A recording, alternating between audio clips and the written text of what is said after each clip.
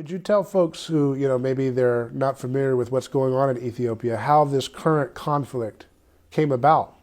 What was the origins? What happened here as the world looks on to see what's happening in Ethiopia?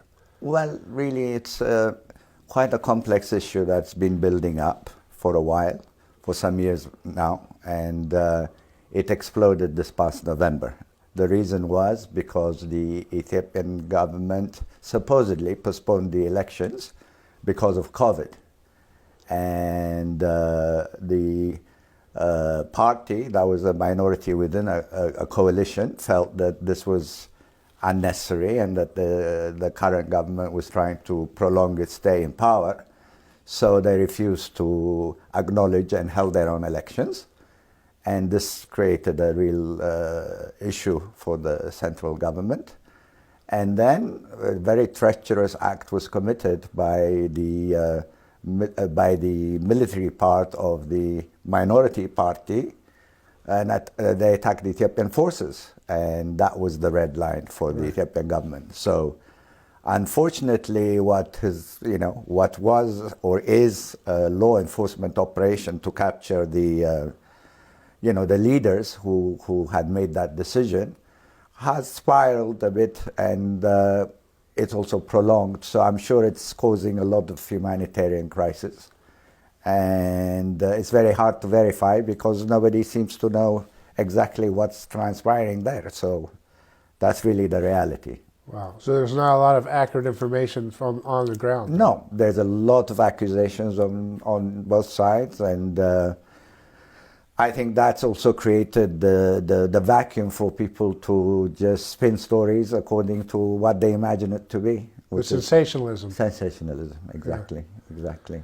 So who can people turn to get accurate information? Is there anybody who is a reliable source here? Well, on some level, the government does give military briefings and, its own account of events.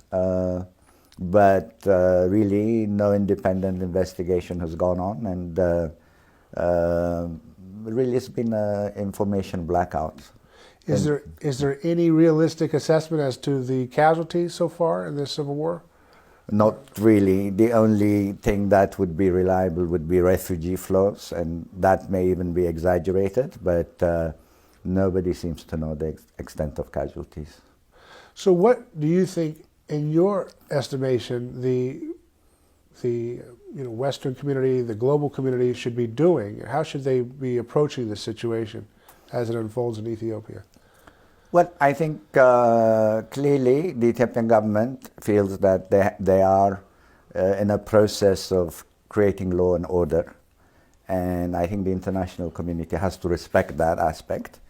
But at the same time, you don't want to have civilian casualties and large refugee flows and humanitarian crisis develop, or the whole region for it to go into turmoil. So I think the international community must see it from the perspective that how can you create peace, not only to stop the fighting, but how that process is going to play out in the long term. Right. So having a big picture view in mind is where things need to be focused. Absolutely, absolutely. Right. And I think that goes in line with, extremism, extremist views. I think it goes in line with corruption. It goes in line with also some regional issues, because I think there have been other countries involved in the totality of the big picture, and all that has to be seen in its complexity and not as a single civil conflict. I don't believe it's a civil war so much as it's a civil conflict. And what is the distinction there with those two? I think a civil war, by and large, the conflict in the north seems to be coming under control, but nobody is able to be in a position to verify it. And I don't think also this conflict is going to go for a very long time. Hopefully not, because then it will turn into a civil war.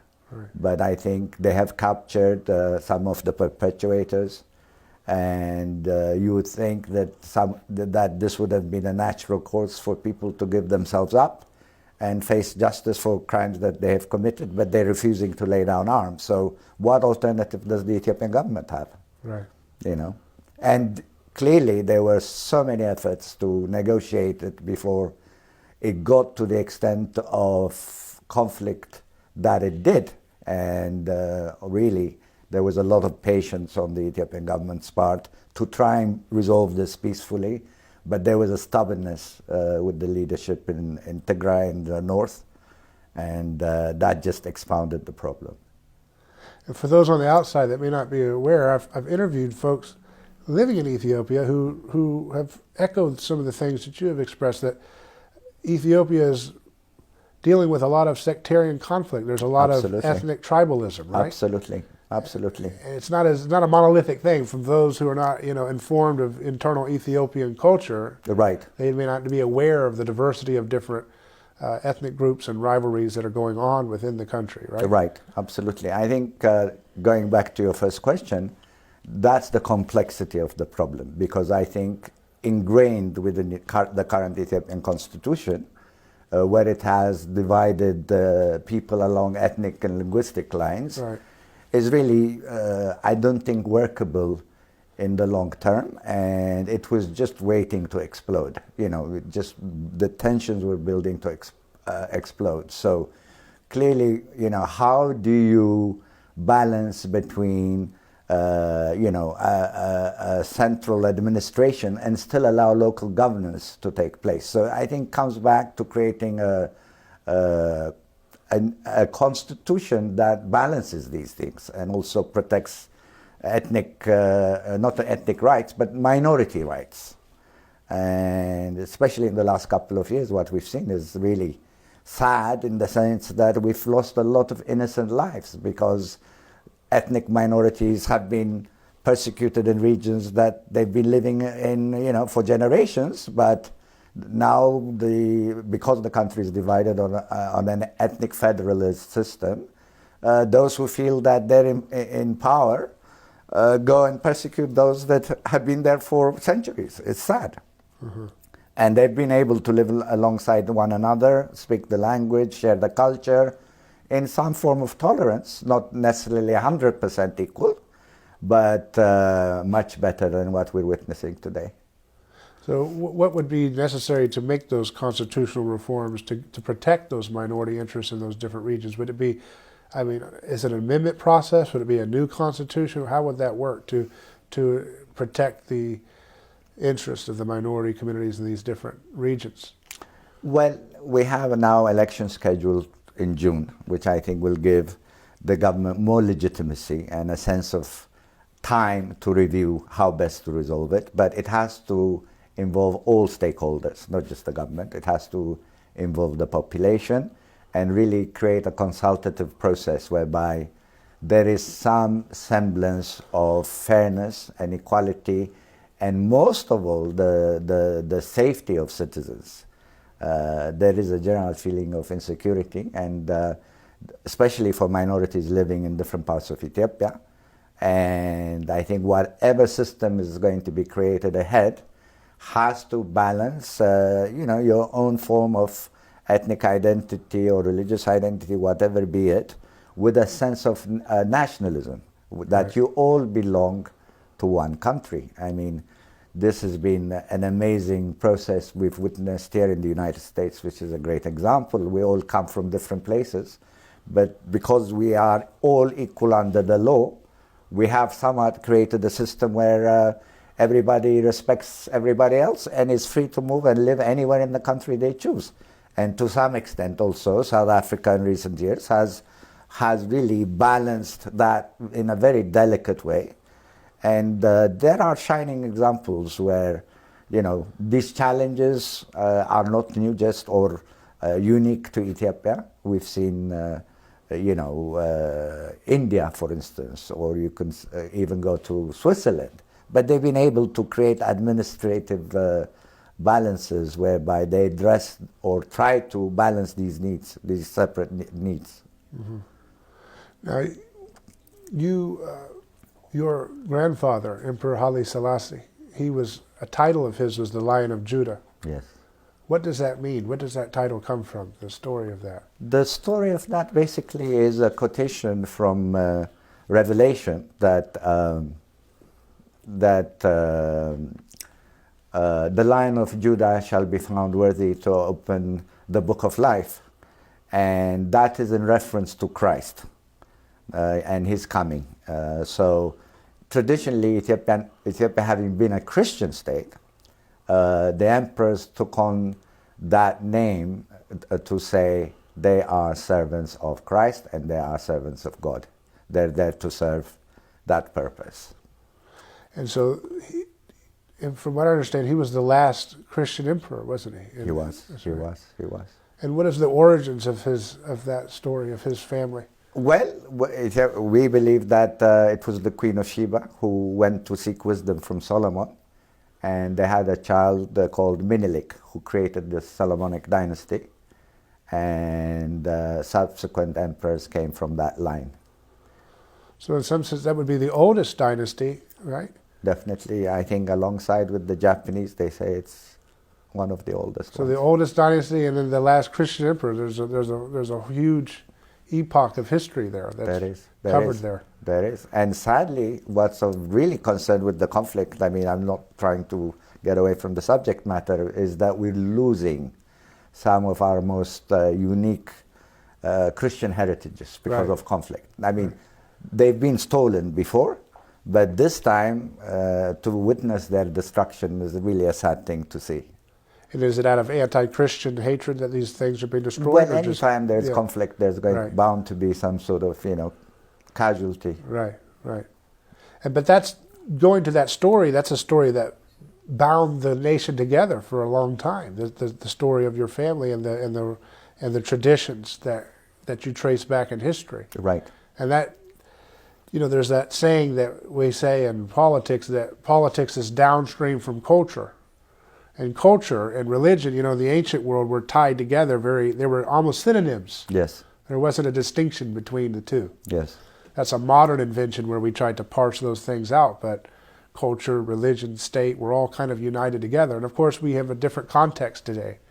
But there's a wisdom in looking back to history to see how to navigate times with a united cultural story that can bind people together and say, we believe this is who we are, this is our identity, and we may have differences, right, but we'll come together on these symbols and we'll come together on these values, right?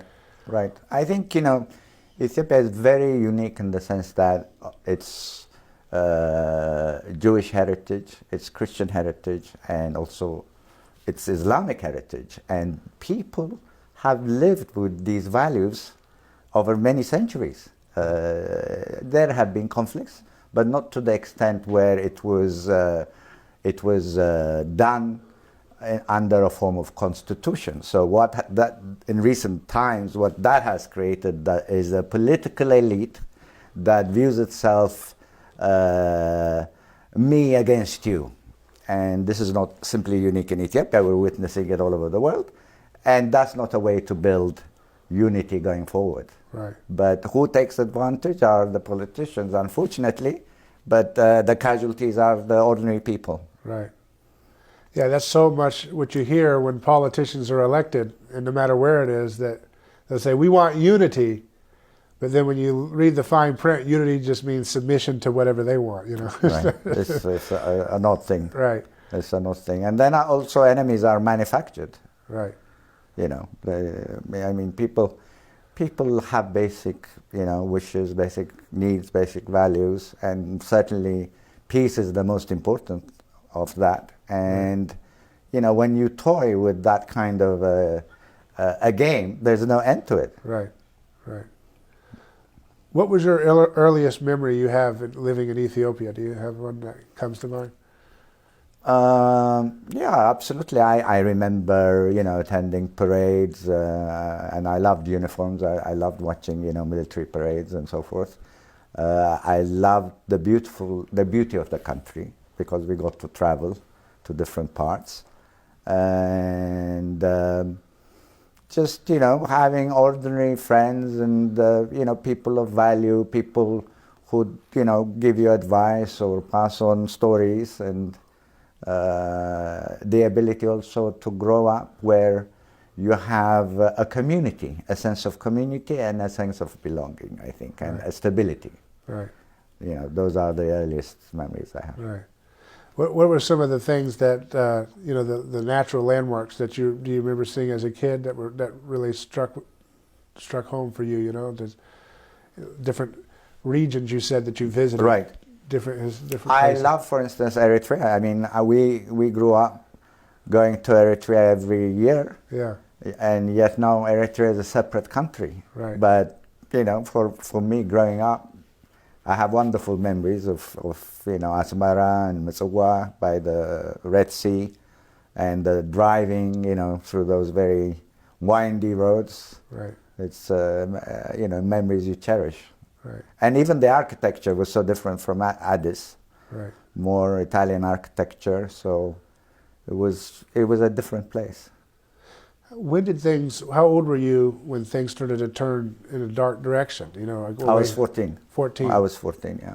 So you were pretty aware of what's going on, and I mean, were you shielded from it, or were you? Not really. In fact, I was in boarding school in England, and I used to see every day headlines appearing in newspapers. So I used to go and hide in the library and go through all those papers, and it was so frustrating to witness that, and having just left just months before, to see what direction it quickly had started taking was, I think, a very traumatic time for me.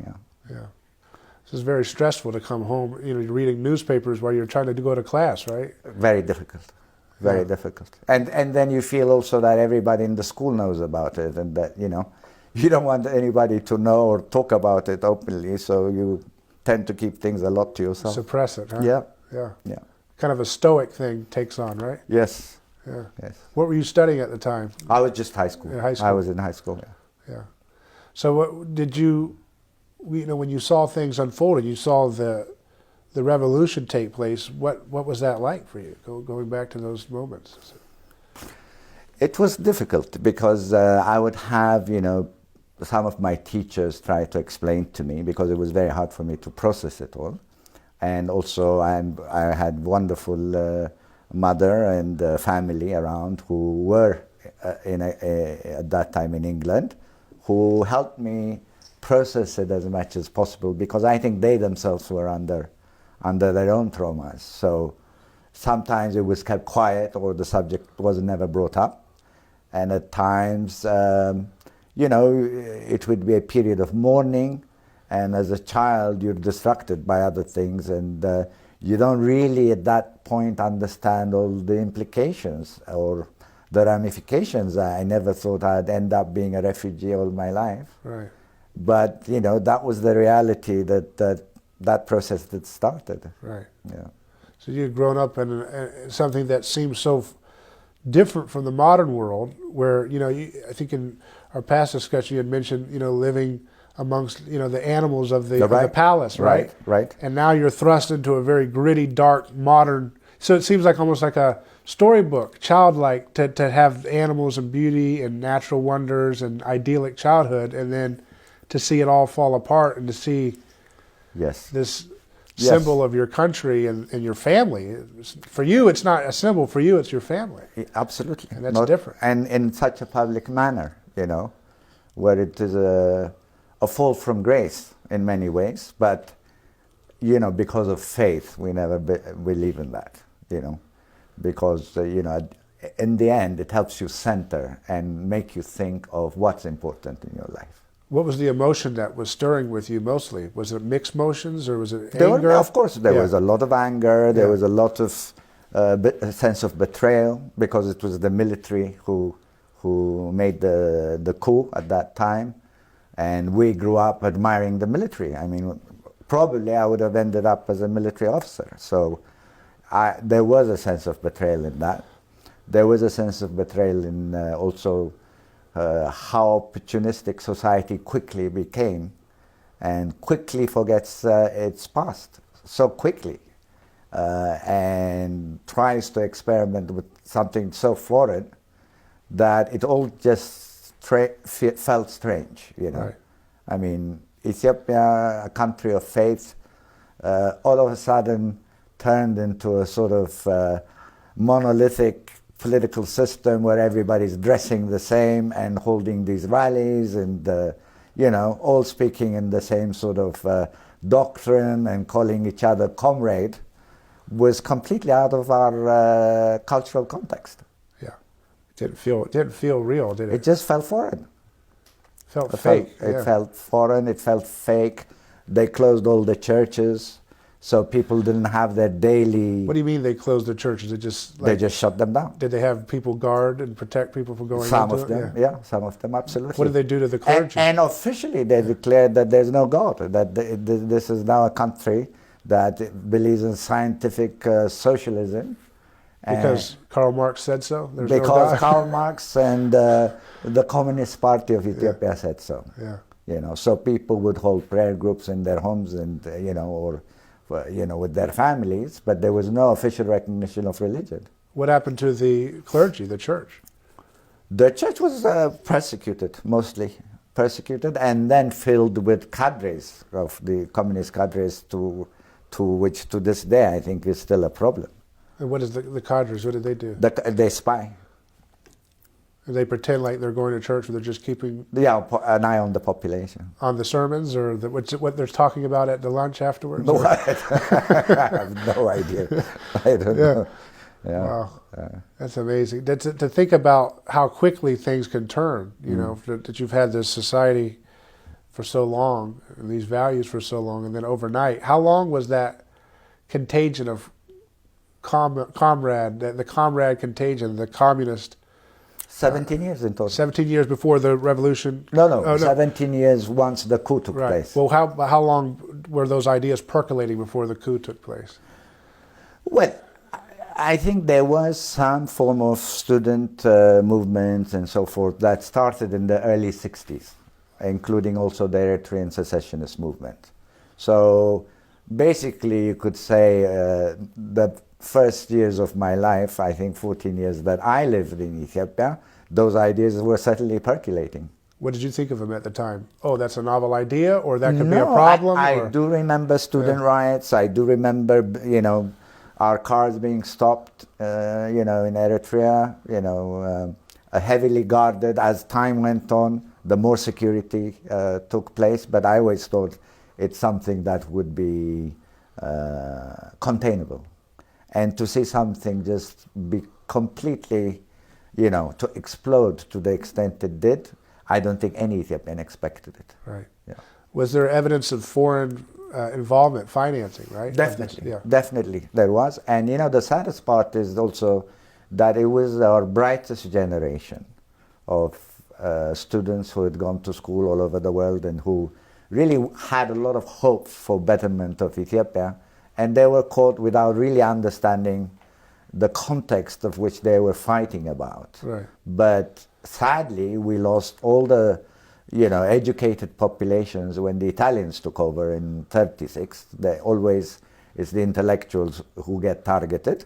And the same thing happened in the revolution. So, you know, it's sad that you have, you know, 2 generations or 3 generations just wiped out in a century. Mm-hmm.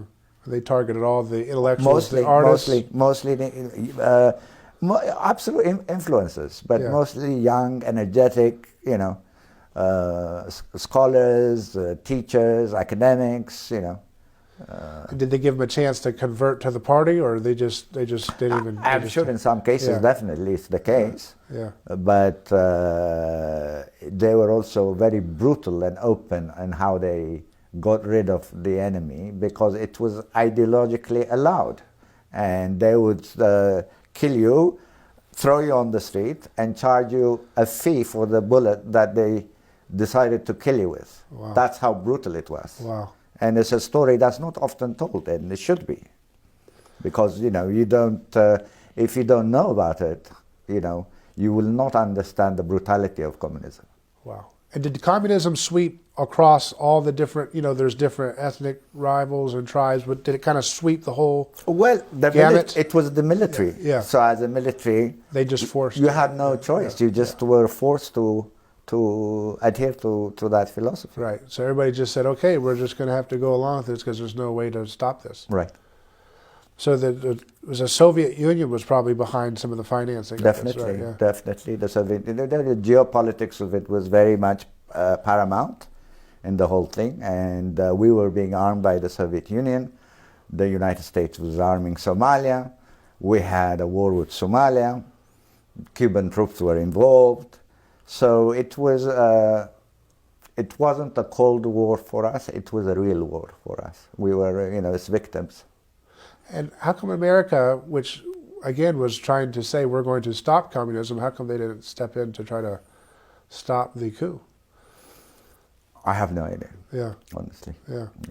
I didn't understand why, that you hear one narrative, but then it doesn't always come out that way in the record of history. No, it doesn't. It doesn't. And, it's very interesting because a lot of our military and most of the intellectuals were trained here in the United States. Yeah. They weren't really all that much trained in communist countries. I mean, some in Yugoslavia, perhaps some in the Soviet Union, but there was more direction and more historical context with the West than, with the Soviet Union. Right. What was your last interaction with the Emperor Selassie, your grandfather? It was Christmas '74. And we traveled to his father's town, Harar, and we drove back. And I remember distinctly him listening to the BBC. He was listening to news. But of course I didn't understand all the context at that time. But after dinner, he would be listening to the radio and listening to the news. Wow. And that was just, how many more years was that until when the revolution? This was basically, 7, 8 months before he was overthrown. Wow. Yeah. Wow. And so, his legacy continues on and, of course, has captured the hearts and minds of millions of people all over the world. He was a champion of anti-colonialism in Africa.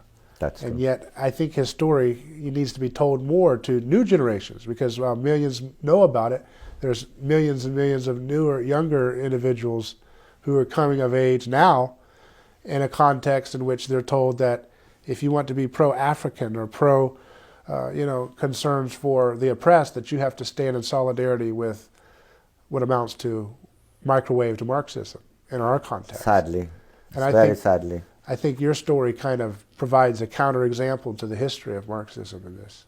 Definitely. I think Africa had been sort of not only marginalized but forgotten to be left into the hands of communism and socialism. But I think now a new leadership is beginning to emerge, at least on the continent, that values, hopefully, better sense of democracy, a better sense of stability, a more competitive sense of attracting foreign investment. But, I think there has to be a realistic outlook, not only in the context of Africans living on the continent, but also in the diaspora, what it means really to know about what it is nations seek. I think one of our biggest challenges is fighting corruption. It's become, I think it's a challenge everywhere else in the world, but in Africa, case is still very much part of the problem is of bad governance and corruption. So it's gone beyond ideology now. It's how do you manage, an equitable system where you also don't create extreme wealth on the one hand and poverty on the other. How do you create a middle class, basically? Right. I mean, that's what, in the last, 27 years, the people who are now out of power did some, infrastructure projects, they tried to build, but the level of corruption and the level of how you help, nepotism was really bad. It was really bad. And that's, I think, the challenge for any future government, not only in Ethiopia, but in Africa. Right. And that's something that, again, in America, for a lot of the folks that watch these conversations unfold, there's a whitewashing of history that wants to bring out these ideas of, they call it woke, they call it critical theory, these ideas that are sweeping America, where we have to eliminate all the past traditions because of problematic things. Dr. Seuss is a problem. Right. Even though, you can look at that and say, yes, there's problems in some of those depictions, but you can't judge the past by the values of the present. Right. Right. Right. Right. And how do you move forward to the future? Right. So I mean, some of the past you can't change. Just because you simply change textbooks, it doesn't mean that that reality is what existed. You're always going to have repercussions about it. So how do you move on? That's the challenge. If you play victim all the time, you will remain one. Right. And it's interesting that here we are again in our context in America, where people who want to speak for the concerns of African Americans are saying we have to offer socialism again. We're going to call it democratic socialism. So, but at the end of the day, it's basically the same values, that you can redistribute wealth by force, that you can eliminate history, that you can create equity, which is not just equality, but punishing some to put weights on some to balance out past imbalances. Right. Right. Kind of revenge. It is kind of revenge. It actually is revenge, to be honest. I mean, whatever way you describe it, it's like, now it's our turn, and I have to victimize you. Yeah. So it's not going to build a bridge to the future. Right. It'll be just acts of reclamations that, doesn't overall develop the whole. Including some of the leaders, the founders of the Black Lives Matter organization, they call themselves, they believe in the, African folk religions. They reject Christianity and the Abrahamic faiths because they consider them oppressive. And they call for, Marxist overthrow revolution. Yeah, sad. It's sad because they're also influencing the younger generations or future generations to come. They really have to realize to what extent that has hurt the continent, and that it's no longer a matter of intellectually contextualizing these things, but looking at the hard reality and fighting poverty, which remains such a challenge. And we have such opportunities today, whereby there's so many ways to solve basic needs. Basic needs of health, basic needs of education, basic needs of food security, that those are the important things, not finding victims or finding people to hate. Right. But that seems to be more attractive for people, is to find a new scapegoat to vilify. Well, sadly, they feel that it is their time. Right. It's their time, and people are excitable and people are easily driven, in both the wrong way, in just the wrong way. And today also with propaganda and social media and all that, it's a double-edged sword. Because you can spew hate, or you can create that as a tool to create understanding. It's a choice, I think. And that's what's interesting, when you look at this fad that's emerging in academic circles, that's fueling these ideas, like I referenced, the founders of this Black Lives Matter organization say we reject the Abrahamic faith, patriarchy is a problem, capital is a problem, these different things, the individual rights, we need to consider a new collective approach to things. It should not happen if people understand history. This should not be catching fire in the minds of people. Because, and there's a lot of young students in America right now, or the West, who are looking, they want to have justice, and Hollywood and the media props up these voices as this is the place for justice for those who want to have challenges to the vestiges of colonialism, or challenges to the vestiges of or the continual oppression that people all over the world experience. But I think it's important for us to look at the lessons of history and to understand that this ideology does not have the interests of, I would say, any person or any group or any country, including Africans and those who aspire to rediscover their roots in Africa, who are looking to the record of communism in their continent. You know what I mean? Sure. I mean, there have been great injustices throughout history, Right. but how to overcome them? I think Right. we're still witnessing, an experiment in that. We're witnessing it in South Africa, for instance, about race relations. I mean, in more recent times, if we forget colonialism or slavery, and we look at where we are today, but how does one move further forward? That's the question. But to just look at the past and seek enemies is not going to solve your problems. Right. So what do you think is how do we continue to create that kind of positive message that gets people to look to the future rather than to stay dwelling on past grievances, to recognize grievances? Sure, it's important. To recognize the truth, not to Right. cover it up. Right.